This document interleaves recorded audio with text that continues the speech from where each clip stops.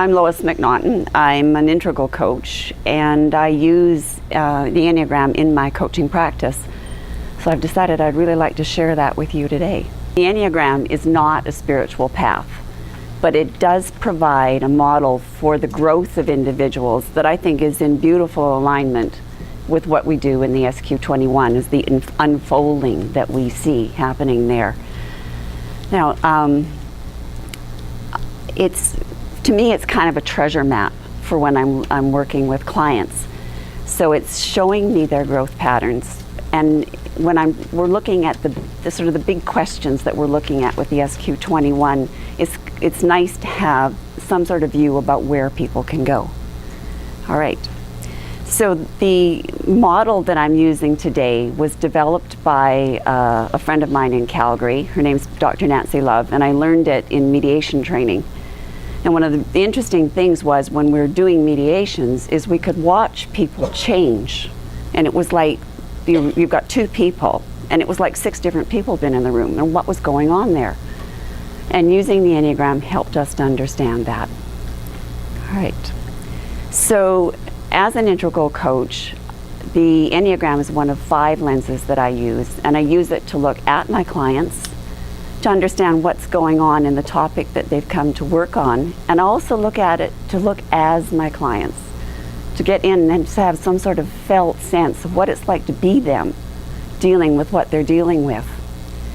So it really provides me with a way to provide a customized program for them. One where I'm asking questions that are appropriate to them, I'm providing appropriate resources, and I'm developing practices that are really suitable to them, that are in alignment with what will be natural for them. Okay.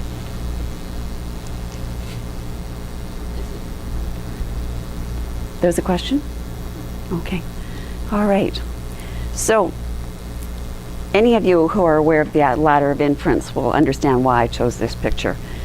Every one of us basically is up a ladder in our own perspective. We see what we expect to see, we make assumptions based on that, we make decisions and act based on that.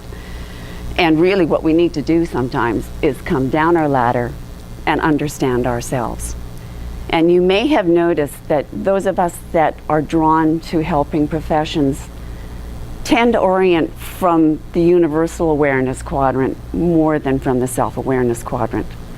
So the Enneagram is a really nice way for us to develop awareness of ourselves, right, so that we can be there for our clients.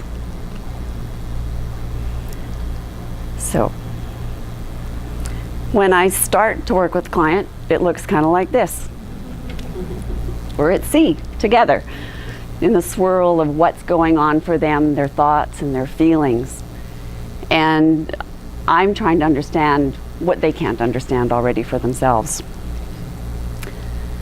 So I focus my lens, the Enneagram lens,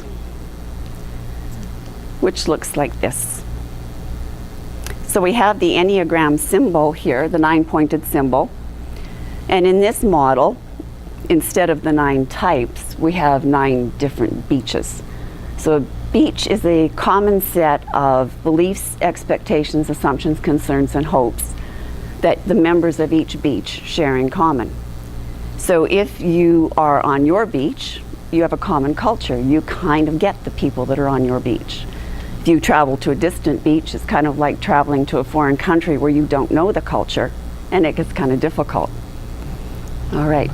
So the names on this will be slightly different than you'll see in other Enneagram descriptions. These names, like you have peace, perfection, connection, success, differentiation, detachment, security, excitement, and power, they are all the motivators of the people who live on those particular beaches. This is what matters to them.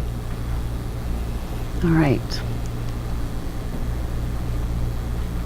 And there are ferry routes between the beaches. Those are standardized, and they are in the form of the Enneagram symbol. All right? So although a person could go to any beach that they chose, it's difficult. I mean, this is the work that we do to try and transcend what's average for us. But in our normal development, we take the standardized routes. So one route is the stress route, all right? And I've chosen Peace Beach up here as an example to work with. It's my husband's beach, so I'm probably more familiar with the pattern than I am my own. Okay. Yeah. So on Peace Beach, everybody wants harmony. Nobody wants to rock the boat. So when they're stressed, they take the ferry to Security Beach. Now in Security Beach, security is normal. It's pretty healthy. But when a resident of the 9 Beach goes to Security Beach, they kind of hit the low side of it, and it looks more like insecurity. So, disintegration. So they're seeking security, but they find what's more like insecurity. So with my husband, he gets, his anxiety level goes up, gets kind of testy, and he gets really unfocused. All right. Now, the growth line for the Peace Beach would be to go to Success Beach. All right.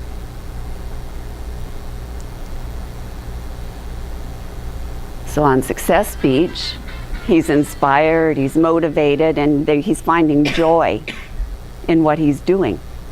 So there's this transcending of his own type so that it's healthier, all right? And he gets away from the sort of distractedness that goes on Peace Beach all the time.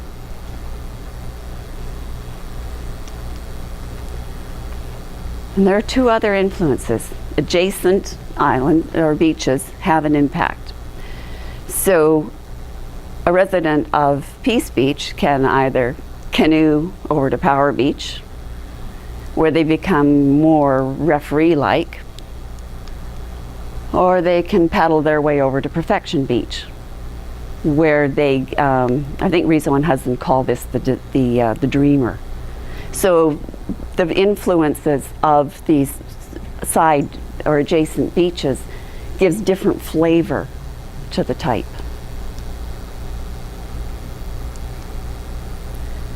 Now, sailors use a sextant to figure out where they are. They figure out the latitude and longitude. They can figure out how they get from where they are to where they want to go. So I want to offer you a sextant for the Enneagram, and you actually have it on your handouts there. So we have a little grid here. We have handouts? Yeah, they do. So over here in the vertical axis, this is energetic behavior. And you can recognize what a person is like if they are moving towards you, moving with you, or moving away from you. So the moving towards are deemed dancers here. Dutifuls are moving with, and detachers are moving away. And if you even think about it, maybe move back to maybe before you got as evolved as you all are now, is when you went into a room, say a party, and did you go in and you were energetic and you went up to people and you introduced yourself and were energized by the conversation? That would be the dancer, the energetic type. If you went into the party and you looked for people you knew, you went over to them and you interacted with them and had a good time, then you're dutiful. If you probably maybe didn't really want to be at the party and were hoping you could sneak out soon, you're a detacher. So and so you can see all of the different beaches are here. So on this vertical grid, we have whether a person is past, present, or future oriented. And you can tell this by their language, by what they talk about, what's important to them. So past and heart-centered people want to tell their story. Present-centered people are very interested in the process of what's going on right now. And future-oriented people are looking for solution.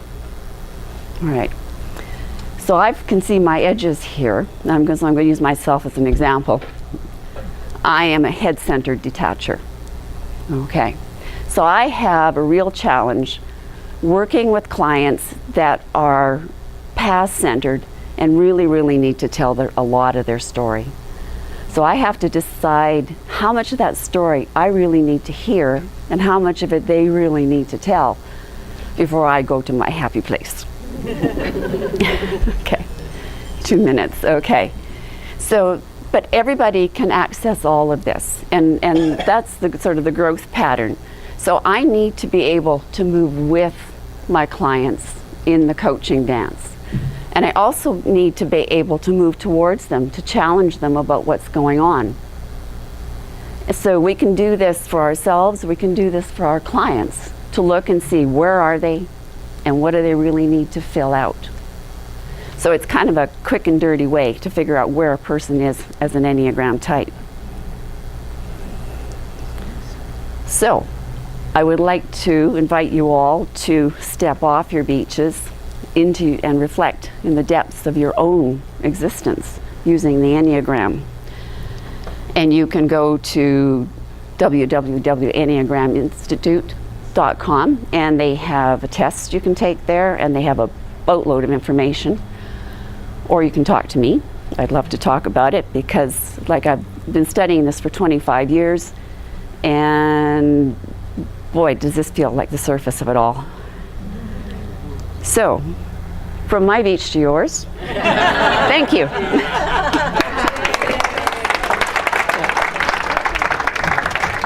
All right, so. Well done. Actually, no, it's St. John and the Virgin Islands. Yeah. Lovely. Yeah. Fabulous. No, there are no beaches in Calgary. Okay, a couple of quick questions. Anybody? Do you use the types with your clients so they get to find out who they are and what their tendencies are? It depends So repeat on. the question for the kids. Okay. So the question is whether or not I use the types with my clients so that they're aware of their type and their pattern. And yes, if they're interested. Yeah, if they show an interest in it and then we can start learning about it, then it's beautiful. And if they're not interested, I just keep it behind the curtain. Yeah. Anybody else? This is my first time being exposed to this concept. Mhm. So how do you keep it, don't you need their input in order to know what they are? How do you keep it behind the curtain? But Don't they have to So take a test? repeat the question. okay, again. so is how do I know, without their input, how do I know what their type is? Actually, I find that when people do the typing themselves, quite often they're inaccurate about it. They have a hard time. And it's very often that it's easier for us to see someone else in their motivations and how they're actually being in the world.